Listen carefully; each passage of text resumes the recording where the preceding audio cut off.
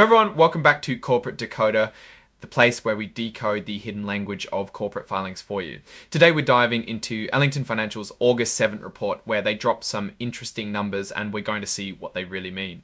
So the big news here is that Ellington Financial, or EFC as they're known, put out their results for the quarter ending June 30th, 2025. Think of this report as a quick checkup on how the company is doing financially, and they're giving us a peek behind the curtain by releasing a press release with those details. Now, one of the first things you'll notice when looking at companies like EFC is that they deal with different kinds of stock. They have their common stock, which is what most people think of as regular shares, but they also issue preferred stock. These are like different flavors of ownership, and EFC has several of them, like Series A, Series B, Series C, and Series D. Each has its own terms and conditions, kind of like different types of bonds with fixed interest payments, which can be important for how the company manages its finances. For us viewers, it's good to know they have these different classes because they represent different claim on the company's earnings and assets. Ellington Financial Inc. is a real estate investment trust, or REIT. This means their main business is owning income-producing real estate. They focus on a variety of mortgage-related assets and loans. So when we look at their financial reports, we're really trying to understand how well they're managing these assets and how profitable they are given the current economic climate. The company is publicly traded on the New York Stock Exchange, which is a big deal.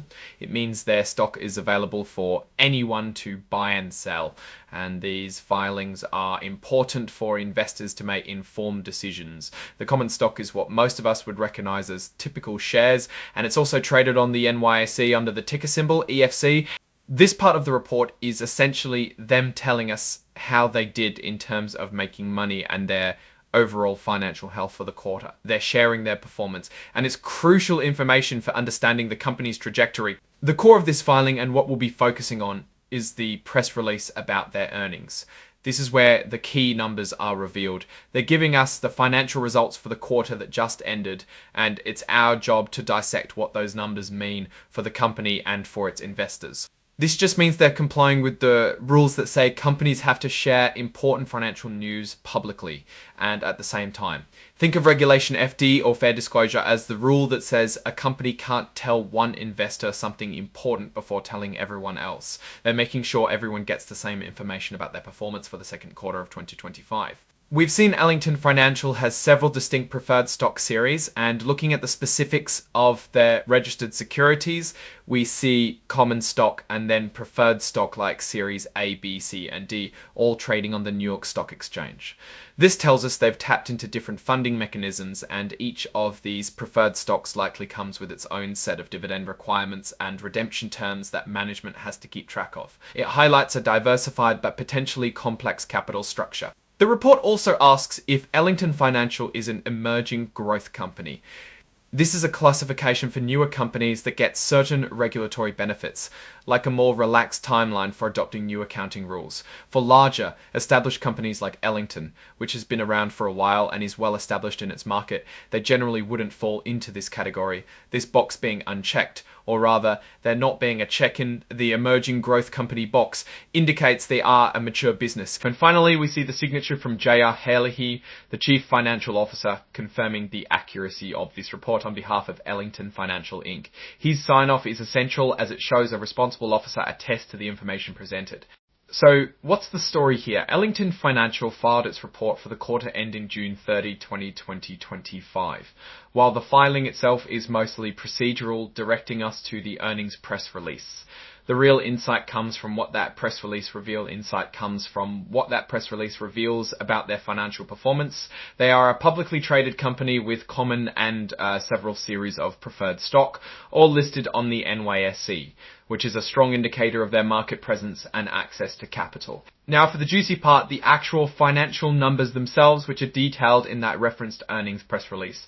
Unfortunately, the provided text doesn't contain the actual financial tables from that press release, so we can't dive into specific revenue figures, profit margins, or other critical metrics directly from this filing. However, we can infer that the company is reporting its financial condition and results of operations for the second quarter of 2025. Typically, these reports would show how much revenue they're net income or loss, they would also detail changes in their assets and liabilities, giving us a snapshot of their balance sheet for a company like Ellington Financial, which operates in the mortgage and real estate sectors.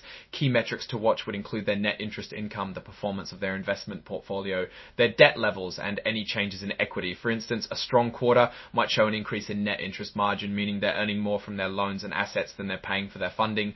Conversely, a weak quarter could indicate rising interest expenses or a decline in the value of their mortgage-backed securities. Without the actual tables here, we're left with the framework and the confirmation that they've been. To give you a sense of what we would be looking for if we had the numbers, imagine seeing a report that shows a 5% increase in revenue. In simpler terms, that's like their total sales going up by a small but steady amount. Then if their expenses also increase but by less, say 3%, that's a good sign. It means they're growing their business more efficiently. But if expenses jump by 10%, even with rising revenue, that could be a red flag, suggesting costs are getting out of hand. Similarly, if their debt, which is like money they owe, grew significantly, we'd want to see if their earnings are sufficient to cover those dividend payments consistently.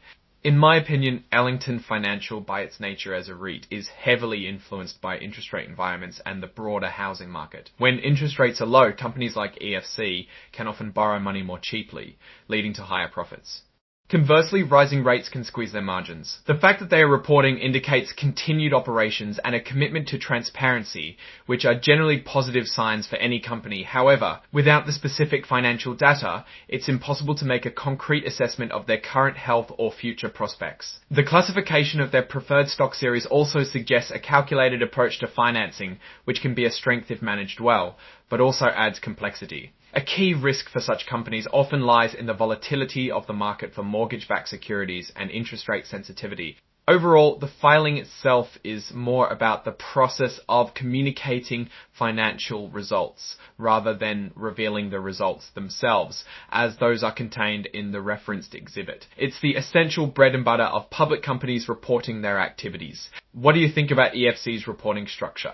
Does this kind of filing give you enough insight into a company's health, or do you wish the key numbers were always right here in the main document?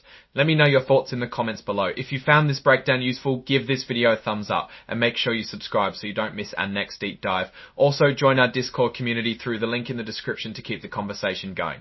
Thanks for watching, and we'll see you in the next decode.